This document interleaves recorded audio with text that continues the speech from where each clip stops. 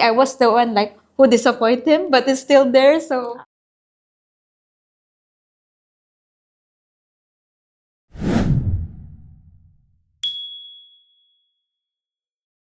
Hi everyone. So it's another video and I have Miss Jaisal here with me for another episode of podcast. So Miss Jaisal, can you introduce us yourself sa mga listeners natin kung ano yung ginagawa mo bilang social media manager and graphic artist and also a photographer? oh yeah. I'm Jaisel and I'm 23. So I'm currently working as all over like graphic artist, video editor, photographer and videographer. We have studio in Makati.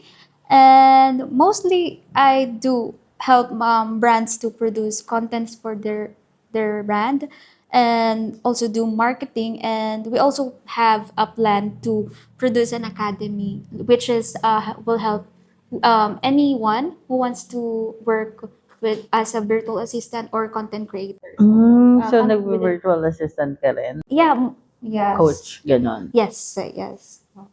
Okay, nice. And paano mo nasimulan yung creative field mo? Saan ka nag-start?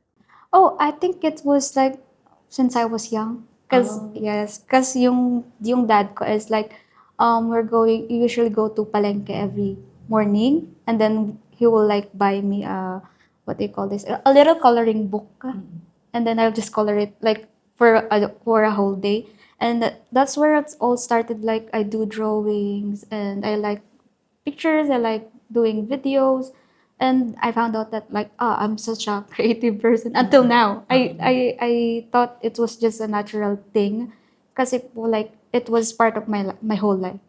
But now I figured, it can be an income. So it's very nice since I work and I also enjoy what I love. Oo, napaka-importante nun na nai-enjoy mo kung ano yung gusto mong gawin. Yes, yes. Di ba? Sobra. Like, hindi ka po talaga mapapagod. Mm-mm. Happy ka lang na Yeah. ginagawa mo Yeah, siya, yeah. basically. Mhm. Nandun sa bag ko. Sorry. Nandun sa bag na blue. Okay, so since young ka talagang yun na yung ginagawa mo and you're just enjoying it and then you found out na you can earn from it, kaya yun yung field na pinili mo. It's not that I choose it, but I always I don't know, but every time that I tried something new, for example, it started with the hobby, like as a hobby, but and then some people will hire me for it po. And then I think nakita nila na I have potential to do it. So that's in that way I can earn with my hobbies and all, like. Paano ka nila nadi-discover? Because I'm such a poster. Like I Ah. do post everything on my Instagram, on my Facebook, and usually some people that knows me, they will like reach out to me to do this kind of thing, and then maybe yung mga friends nila nakita din, and then they will also hire me. Like Oh, this kind of nice. thing that happens, like word of mouth. Oo, Yeah. yun na. Kaya yung mga nasa creative side, post lang kayo ng post kasi Yeah. someone will discover you and eventually it will gain some money from it. Yeah, but the first thing you should do was to believe yourself, to believe your craft, and trust yourself. Because though people will trust you if you trust yourself first. Like you can sell yourself to them, and you like you're very confident with yourself. I think you can do everything that you wanted. Also, it's not possible if you wanted to try. You can. I mean, it can be like it couldn't like work, or it is it and it's good. So I mean, that's me. I'm risk taker. Mm. Like I will do this, and if everything goes wrong, it's fine because I tried. Oh. But here I am. It's like I'm having fun with work, and also do things that I love. So probably you should try, guys. Shoot lang ng shoot, guys. Yeah, shoot Kapag lang ng di shoot. ba? Kung kapag sumablay, di next ulit, shoot Next ka ulit, lang yeah. Ibang ano naman, ibang field naman try niyo. Ah, Like that. But among all those things that you're doing right now, what's your favorite? As of now, Mm-mm. I have lots of favorites po talaga. But for now, it's like I'm into video editing. Because I wanted to share this. Maybe it will help people. I started working with the company that I work with. I don't have any idea, like any idea how to edit videos. Mostly I do edit videos on my phone, but I don't know how to use professional software. I just do use CapCut. And then when I got hired, I had a chance to like try to trial for the video that they gave me. And then it's cool because I had lots of time na i-learn yung pag-editing ng video. And then now it's like a professional thing for me. So from scratch, like I don't even have an idea how to edit video, and now I can produce lots of it. And yeah, I think more likely po kasi I do focus on the things that I'm doing. Like I'm really focused 100% until I reach the full potential. So in the process of video editing, I think I'm on like 50%. So that's what I do love the most. Especially like I got the results and everything. Like the video is working. So parang meron talaga siyang push na kailangan i-ano ko pa po siya, like, itaas ko pa. Like, i-improve ko pa. Like, Level up, yeah, gano'n. i-level up ko pa yan. Ganun. And that's the reason why lagi ka rin nagpo-post kasi you love doing editing videos. Yeah, I do love editing videos and storytelling, Ah. ganun. Yun talaga yung work na hindi ako, like, napapagod ng sobra. Because I love it. Mm. But of course, may mga challenges ka while you are trying to be on the full potential, sabi mo nga. So, ano yung mga challenges na-encounter mo while you're trying to while you're trying to level up? Mhm. I think for me, the most challenging part is to produce. For example, I produce better content or better video. I have to push further, and I have to find something new. And which is what I understand about editing video is you also need to understand the brand that you are helping. So it's not hard to edit video, but it's hard to let to give a life to this video, so people will like really got into it, like they will watch it.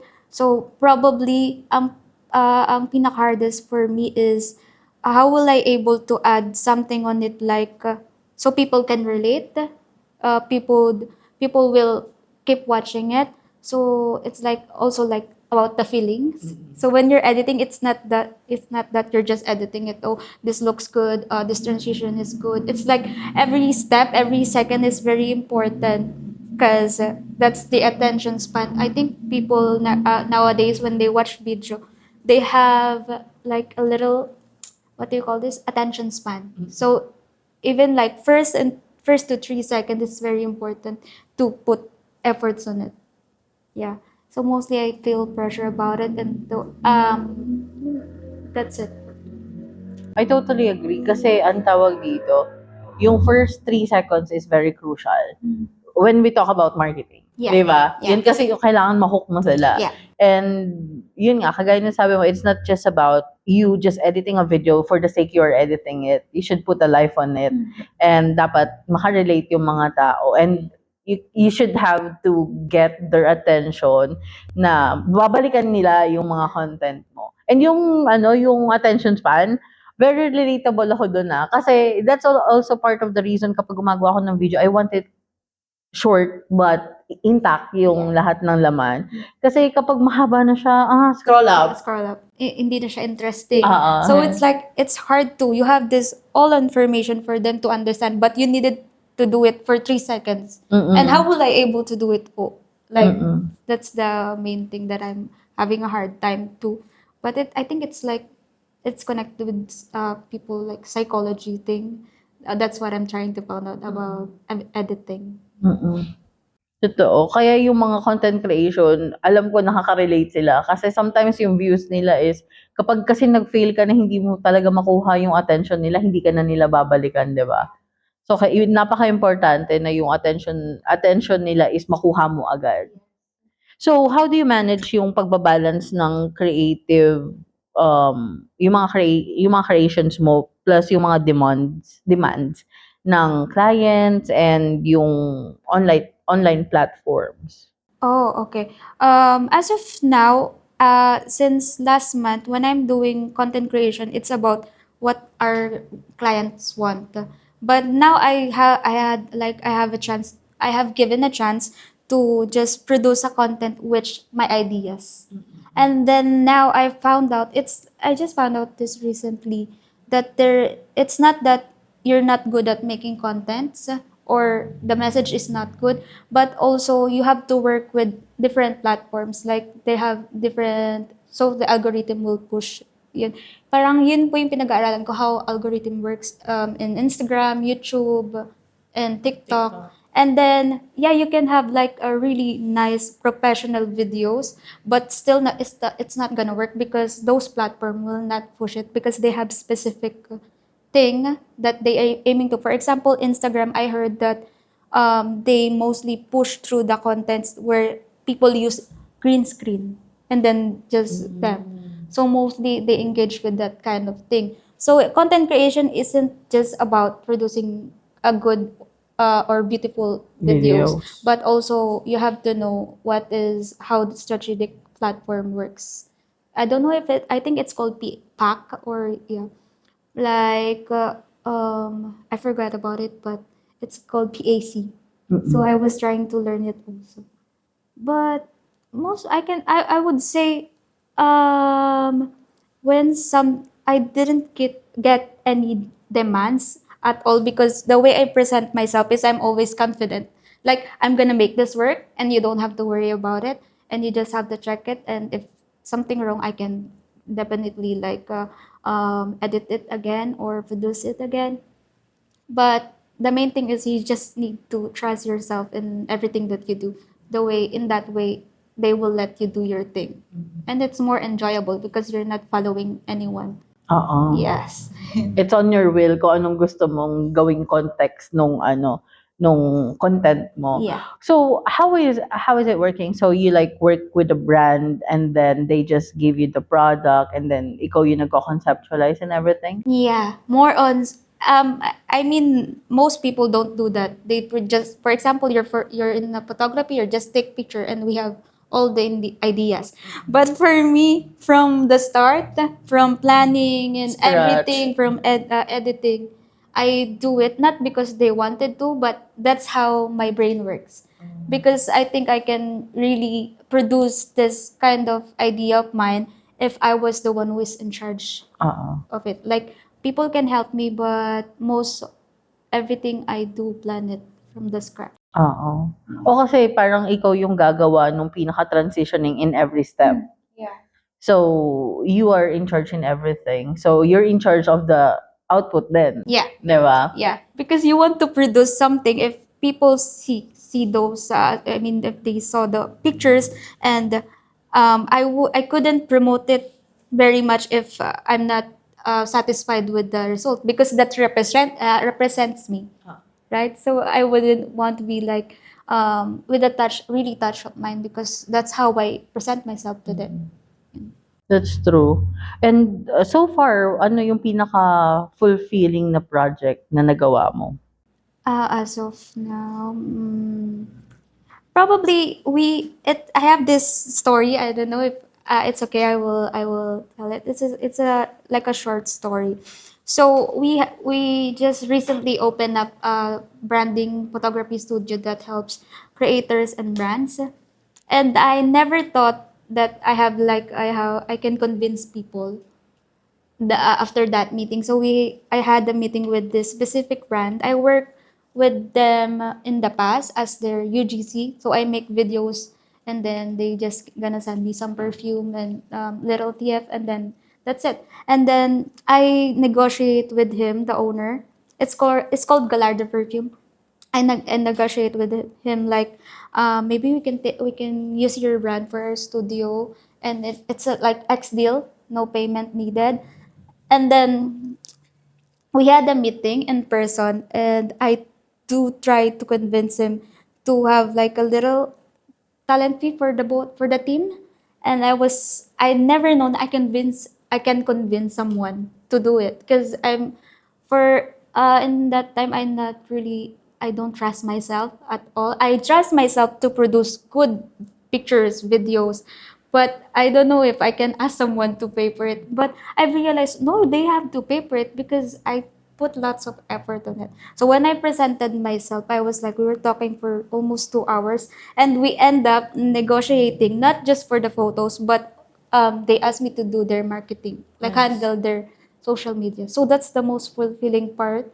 And I've realized, oh, all of those things that I work hard from the past until now, it's working. Because I didn't even convince him to hire me as their social media manager or anything. He asked for it. So I was like, ah, it's working. Mm-mm. I mean, I got a little bit of result, but it's a first step. Yeah. Yeah. Ang ganda kasi you also prove to yourself that you have other skills that you might use to get people to trust you Yeah, yeah. and pay for your talent and That's yeah, skills. yeah, yeah. Because it's for me, it's just hobby. It's just a hobby, and I realized, oh, soft skill is very important. It's important to let people know that they can trust you. I've never known that I have that kind of thing, but hopefully I will. I will try. I'm gonna close a deal with lots of brands, and also but I think I mostly will enjoy social media. Uh, I like to help local brands, because they I cannot like work with known brands, because probably I will just follow everything that they Mm-mm. told me. But with the local brands, you have a chance to enhance everything and learn from it. So it's more likely I will choose to work with local brands than higher brands, because I Yeah. will just follow what they want. So I Oo. don't like it. I agree. Because if you will offer your service to the local brands, they will let you say what you think about their brands. And then they will ask for your suggestions. What do you think? That's true. Because if you're gonna be working with bigger brands, they are already foreseeing something that they want to go through, diba? Mm-mm. Yeah, that's a good idea. So local brands, if you want something collaboration, just Me? contact Miss Jaisel. Naku, Yeah. baka mamaya sa susunod hindi ka na namin makontak No, kasi busy ako. I mean, no. I'm not, I mean, kaya ko pa, like, everything, just tell me. And then, mag-show up po ako, ganun. So very nice nung ganong concept and also the mindset. Yeah. Yeah. Kasi you want it to be your own produce eh. 'Di ba? Ikaw yung magpo-produce and everything your idea. And that will help your brain not to stop working. Yeah. You, like, prevent you from burnout. Ah. Kasi ikaw lahat eh. You're in charge, parang ganon. Well, anyways, that's a good side of the of your like skills and what you're doing right now. But let's just do a little bit step back. Yeah. Kasi parang dumaan ka sa mabigat na pagsubok like losing your mom and your boyfriend in the past. Okay lang ba na ikwento mo kung paano nakaapekto yung mga experience na yun sa'yo? Before, I, before this version of me ngayon na, Ah, actually, it was really hard. I mean, to get through with all of this, especially as a child. Especially I was like very, maybe 10 years old when my mom and my parents, I was like so young, and I don't have so much guidance, which really hard as a kid, because when you're a kid you just want to play with your friends, you just want to enjoy life. But life, it has different path for me. But I think most of the time, parang naisip ko kasi na sobrang laking impact din ng bagay na mga nangyari sa akin is, I need to get to be strong at that certain age, and I don't have so much time to figure out everything. I mean, like, life tells you like you need to be strong, and you cannot be like very weak. So the way that it affects me is the way made the bubble just for myself. So I didn't really connect with other people at all. Like I'm just saying to myself that I will be fine alone. I can do everything alone. It's like my own bubble.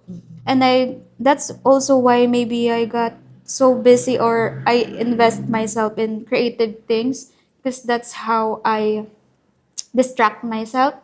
So I wouldn't think about things that happened.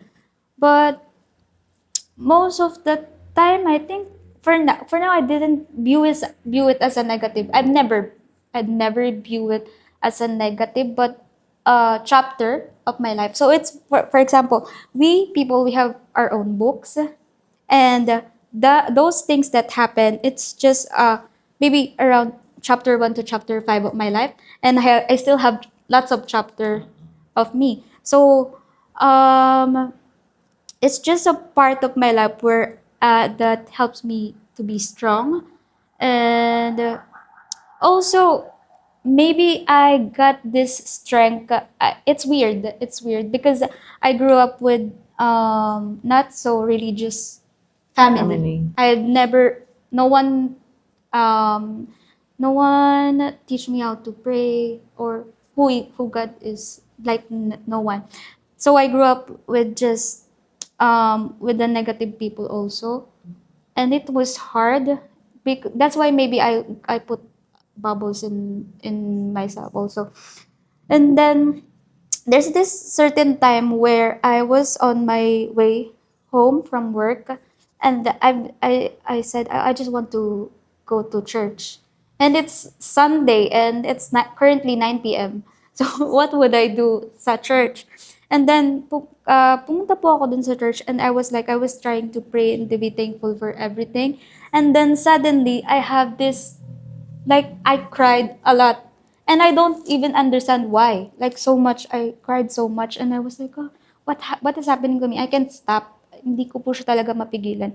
And then, all of those burdens that I kept for myself just because I need to be strong, it was like, naglabasan sila.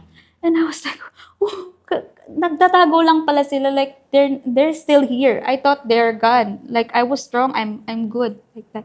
And then I realized, and napasabi na lang ako sa sarili ko, like, Lord, I can lie to everyone. I can lie to myself, but not to you. So it's like after this, like certain like three minutes, um, and then bago ako umuwi, pagkalabas ko ng church, I felt like I'm a new person. Like, sobrang gaan talaga.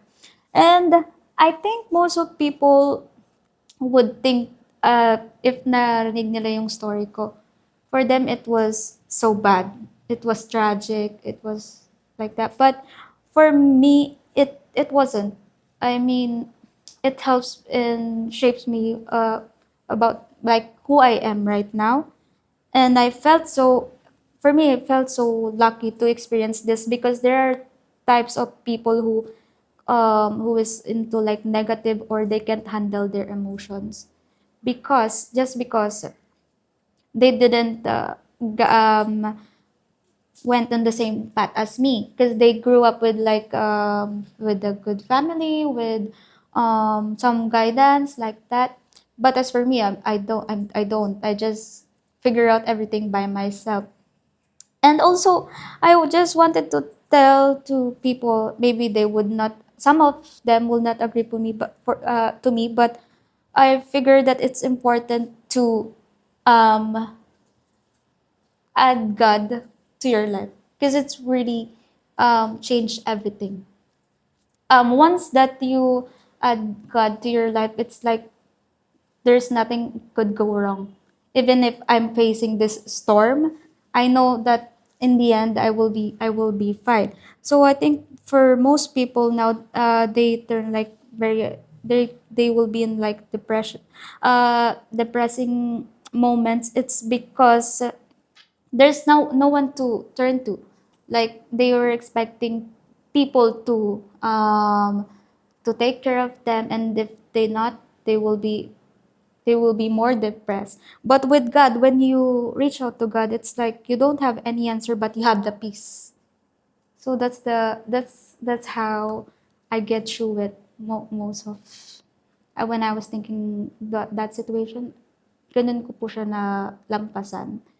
And it's peaceful. Like anything can happen, but I know I will be fine. Mm-mm. Yeah. That's a good thing kasi she think that she's strong, that you're strong enough to face everything. Everything is hiding within you, 'di ba? Yeah. And then when she entered the church and then she talked to God, then everything nagfall lahat eh. Yeah. It's like, oh my God, saan kayo galing? Like Ah, that. yeah. Sometimes you have to find your sometimes you just have to find your home where you think you're comfortable to talk everything that you have in your life. Sometimes it's just a simple like what happened to your day and you talk to God and then you just real after that prayer marirealize mo na this is the purpose of me living today ganyan. Yeah. Ang ganda no ano niya no, ang ganda nung discovery niya. Yeah, yes. And then it just came in na, I want to go to church. Parang gusto mo lang pumunta sa simbahan and then that happened. Yeah, it's 9 p.m. Oo, Yeah. diba? Parang he asked you to go there. Yeah.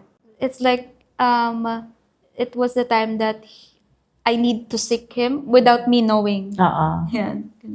And then he asked you to come. Yeah. Ganun lang yan eh, di ba? Sometimes you don't, kaya nung sabi mo, you just have to add God to your life. Anything Oo. can be right. Like everything. You might get lost, but it's so cool. I wanted to tell to people like how it's peaceful to have God in our life. It's really cool. I mean, it's not about how he looks, but the presence that he give. So every time that I'm doing something, it's like you have backup. Mm-mm.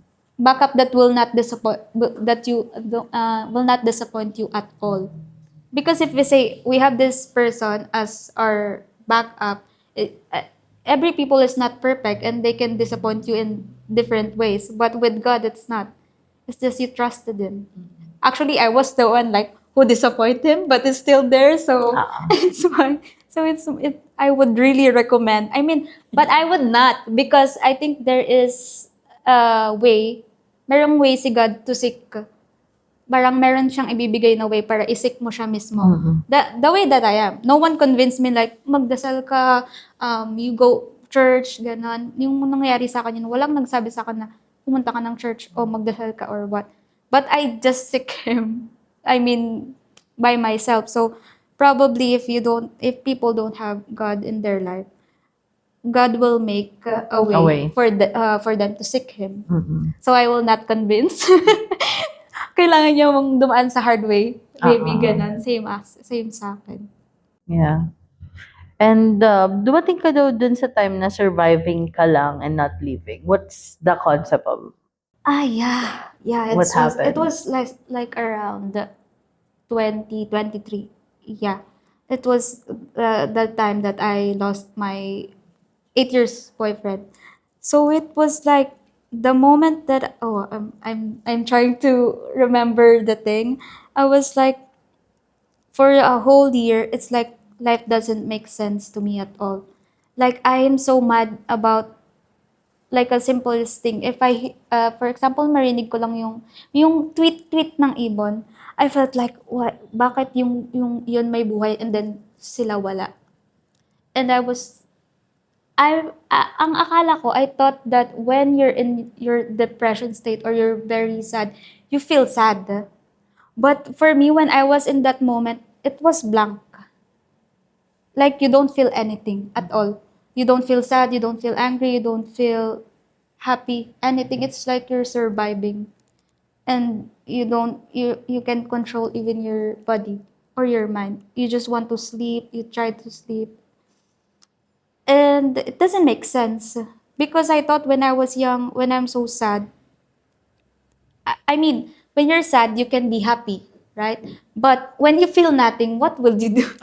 Like, how will I face this? What should I do? Even if I do lots of things, what would I do if I felt blank? right? So I was like, oh my God, it's like it's what one the whole year it's just like I felt blank at all. And even if people try to help me, it's really not working. So when I was in that moment, um, the first time that I did was to get back at my hobbies, which is photography.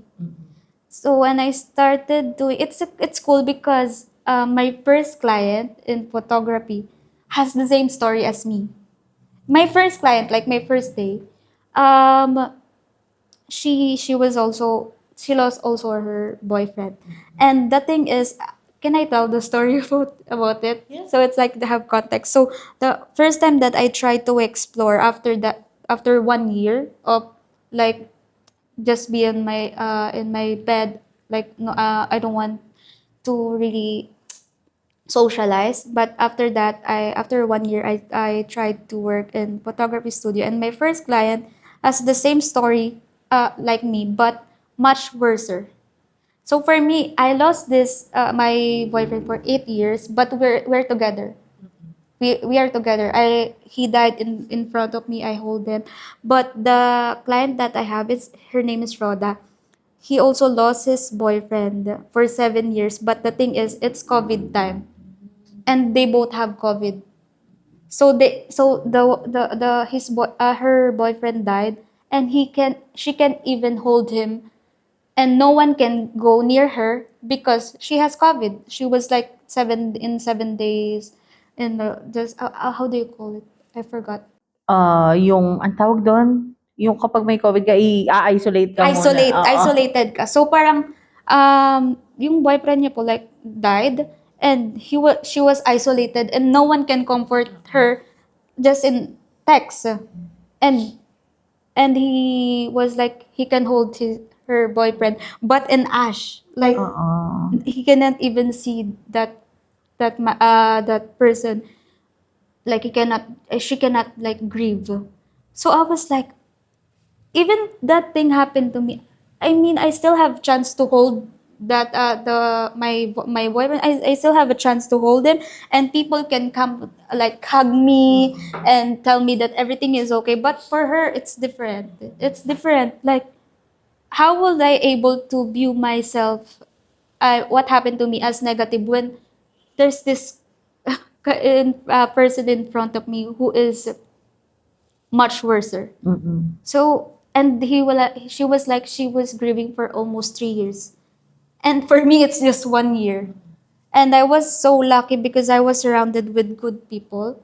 It's like they cry for me. Like they always praying for me to be okay, because they know me before anything happened. They know that I'm so passionate about everything, and it hurts them to see that I was like I'm just in my room for a whole year. So it was like that moment. It's like it's a game. It's like a life changer, and I've learned that you just need to accept everything instead of just think of negative things, because people may be gone, but they still wish you the best. So if they can't live, then live your life for them. That's how I mean, that's how probably it goes for me, and everything is working. I mean, I'm here. Yeah. Right. Kasi on that part, it seems like you just really breathing, but but you Die. died. Yeah, you're just waiting to die. Ah. Yeah, like that. Yeah. It's so hard dun sa ganung situation na naka-isolate sila, tas in this story nung na-meet mong first client. Yeah. Yeah. So you always have to think that if your situation is difficult, there's someone in there that is experiencing more More difficult difficult. than Yeah. what you are experiencing. Yeah. So don't lose your faith and your, yung energy mo to continue life. Yeah, yeah. I mean, to live a life, you need to find purpose in Mm-mm. everything, because you will not never be lost if you have purpose. Even it's just a little thing. Like for example, my purpose today is to feed my dog. Uh-uh. I have purpose for today. So yeah, it's like it's not that you have to find like a bigger things to tell that you have purpose in life, but it started with little things. So as long as you have purpose, you can live. Mm. Yeah, so nice. So after all those experience, paano nakatulong yung faith or spiritually journey mo sa healing mo? Healing. As I told earlier, ganun siya nangyari. Hindi siya yung process na healing na step by step, but it's just like one ganun lang, isang ano lang siya, Buhos. isang buhos lang siya. But I'm not like really religious. I mean, I don't really like you would say like always read my Bible, not like that. Because I believe that we people have their own Bible. Because if you read the Bible, there's names. And those names, they share their own story. Kung paano pumasok si God sa buhay nila. And for me, I have my own Bible and I can tell you everything. So, it's like faith will be hard to build a faith, to have a journey of seeking God. It's hard because that's where you'll be tested. Maybe that's the reason why I was get through a lot of things, harder things, because I seek for Him. Because it wasn't like I say, oh God, I believe you, God bless me. Not like that. If you want to believe Him, if you want to be blessed or something, you have to go in a hard way. And I know I have long way to go. It's just starting, and it will never stop until and I mean it will never stop as long as I'm alive and I have um, things to live with. And but also I was trying to live with faith, but also a purpose, like how to be compassionate, how to be spread the wisdom. I mean that's the least thing that I can do because that's important. I mean to be positive about everything because sometimes maybe it's I have this experience where I met few people and they told me things that I needed to hear. And it makes me feel good. So I just thought that maybe I can be one of those people na I can help them with my words, Mm-mm. with the way I act. Because sometimes it's just like maybe 3 minutes talk can help people, a person. So it's very important. Yeah, sometimes it's just a one-line statement and it will change another people. People's life. Uh, Yeah. Like just one word and that's what they just needed to need. hear and Mm-mm. they feel good. It's like, oh, it's cool. Like how do people it's like God is um connecting people with that. I mean our purpose is to help each other and be good with each other, even if it's negative or positive. Just be kind. Mm-mm. Just always think about wisdom and be compassionate. Yeah. Nice. So if you will compare yourself from that before that time na after mong pumasok sa church, what do you think is the big difference of your version right now than that person before that event? Oh, I could say I'm so selfish. So I will just think about what I think in before ako mag-church. Meron pala po akong thought na people should understand because I've been through this. So it doesn't matter. You don't have to. For example, you're my brother, and you do something that really which is like negative thing, and I would say to myself like you don't you will not you should not do it because I experienced a lot of things and I couldn't handle that negativity. So I was like more self-centered. Yeah, I was like if may papasok sa buhay ko, they should be like Understand. kinder, understanding, which is not people are not meant to understand you. They don't. It's not their fault that you've been through this. So I was like more self-centered. My thought is every people should understand me, even if I don't say anything. Which is I was thinking about it. I was like, who are you? I was like, yeah. But now I was more on understanding talaga. Not just everyone, but also myself. Because you really need to understand yourself first to understand people. Mm-mm. Yeah, kanina pa niya sinasabi na you should know yourself first. You should understand yourself. You should invest on yourself first so you can share it to other. Yeah. Diba? Kasi sabi nga nila, kapag yung baso mo hindi puno, paano mo pupunuin yung baso ng ibang tao? Of course. So yeah, that's always a lesson to us that you should be good to yourself. Sabi nga nila, 'di ba? Love yung kanta na greatest love of all, Yeah. 'di ba? Learning to love yourself is the greatest It's love, love of of all. all. Yeah. Yeah. Pa-sponsor tayo kay Mariah Carey. Nasingit pa yung line na dito. Parang pwede niyo po siya ulitin. Ha? Yung pwede siya ulitin yung line. Learning to love yourself. In kanta way. Ano, hindi na lang. Huwag na natin ulitin. Kalimutan na natin siya. So, yun siya. But, yeah. So, ang ganda, no? Kasi parang nakita, at least you analyze na there's really a big change sa sarili mo. Looking yourself before that happened. That they should always consider what I am feeling. 'Di ba? Parang maraming taong ganun kasi. Yeah, very self-centered. Oo. That they think that everything should be in favor to them because they experience these things. Yeah. Which is not dapat. Kasi maraming, yun nga, kagaya nga nun, marami ring ibang tao na may mga pinagdadaanan.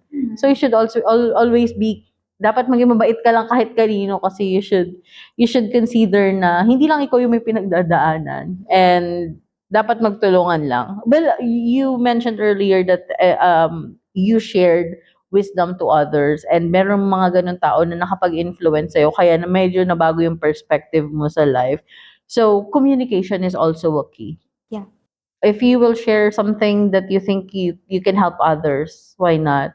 Kaya, thank you so much. May mga ganitong klaseng platform na nakakapag-share ng story ang bawat tao. And we have the freedom to share everything that we think as much as possible. Basta maging kind lang tayo. Have the eyes of compassion. Mm-mm. So, yung passion mo na sa photography, for example, naging outlet ba siya para mailabas mo yung emotions mo na hindi mo nasasabi before?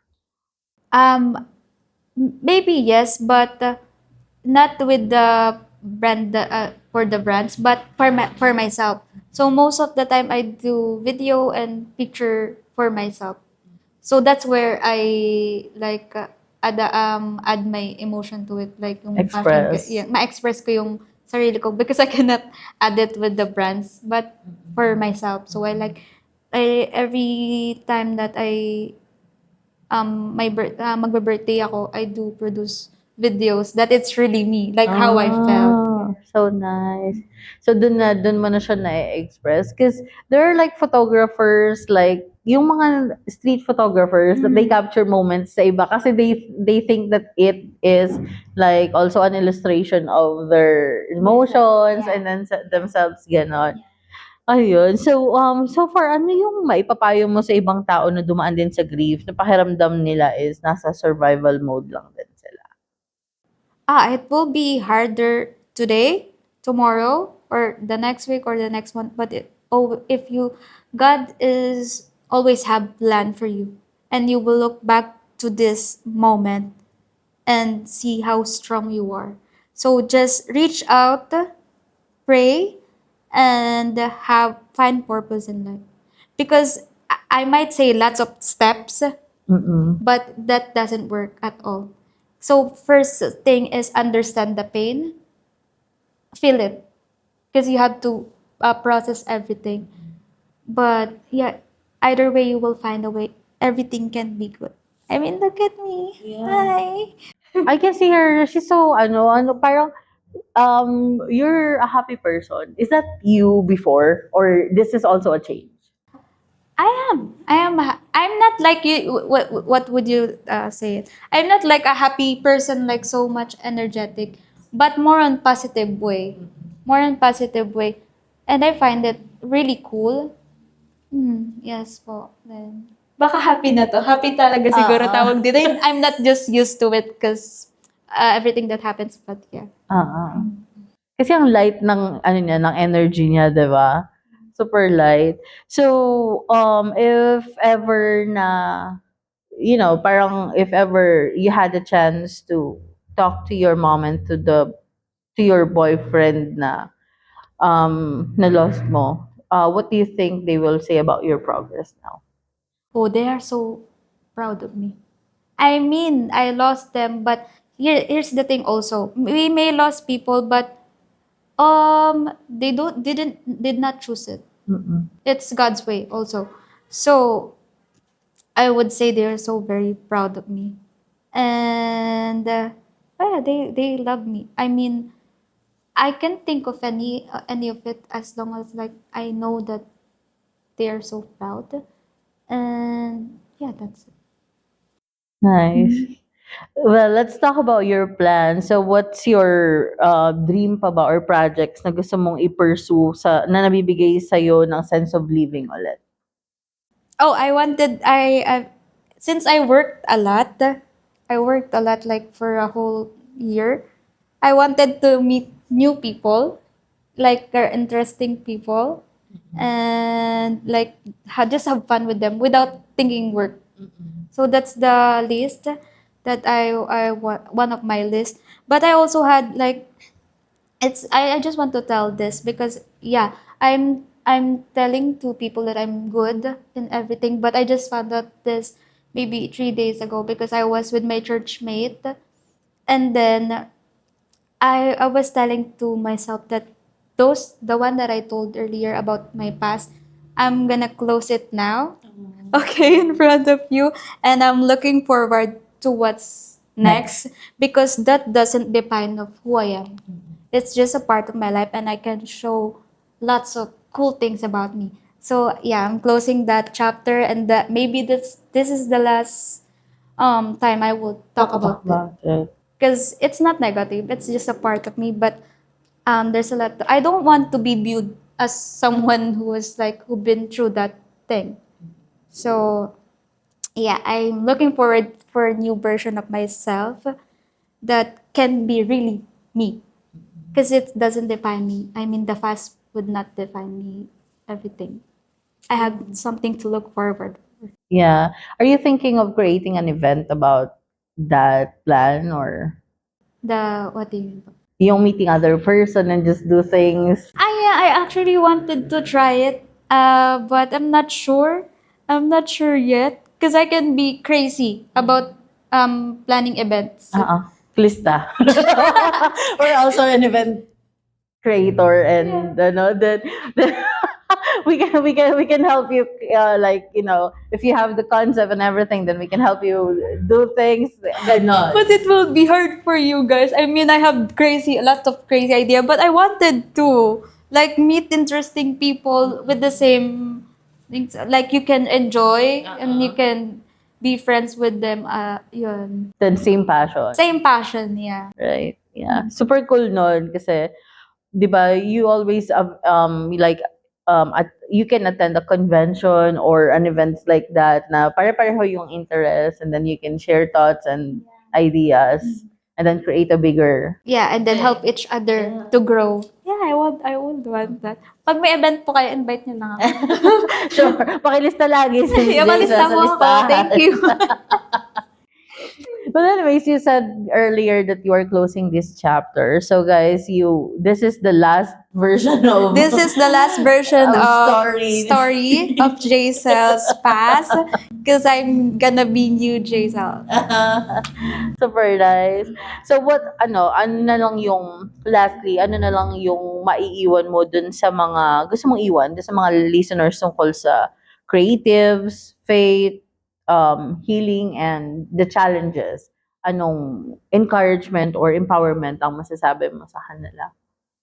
Try. Try and trust yourself. Because everything starts with try. You can tell every convincement words, but just try, even just for 1 minute. Try. It starts with that. Okay. Yeah. Yeah, well, thank you so much for all of those. And that's a beautiful story of you, and looking forward for another version of you. You're closing you're not just closing the chapter, you're closing the book The kasi. book. The So it's book. another book that you're Season gonna build 1 is now. closed now, so there's season 2 and season 3. And that's Moving another season. forward. Yeah. Moving forward Yeah. with like left everything and just be yourself. Mm-mm. Super nice. Well, thank you so much for being with us today, Miss Jason, and sharing your story. I know maraming makaka-relate and marami tayong like what you said, your story could change another person or another people's life and heading forward into a brighter one, 'di ba? Well, yun guys. So if you like this video, don't forget to follow us. Yeah. If you have any social media that you wanna share, by the way, you can share it with them. Okay. Instagram Diaz Cheng, Facebook Jaisal Diaz Palabay, and I don't have TikTok. But yeah, you can reach out to through Instagram and Facebook. Mm. Lalo na yung mga local brands. Yeah, local brands, come on, come here.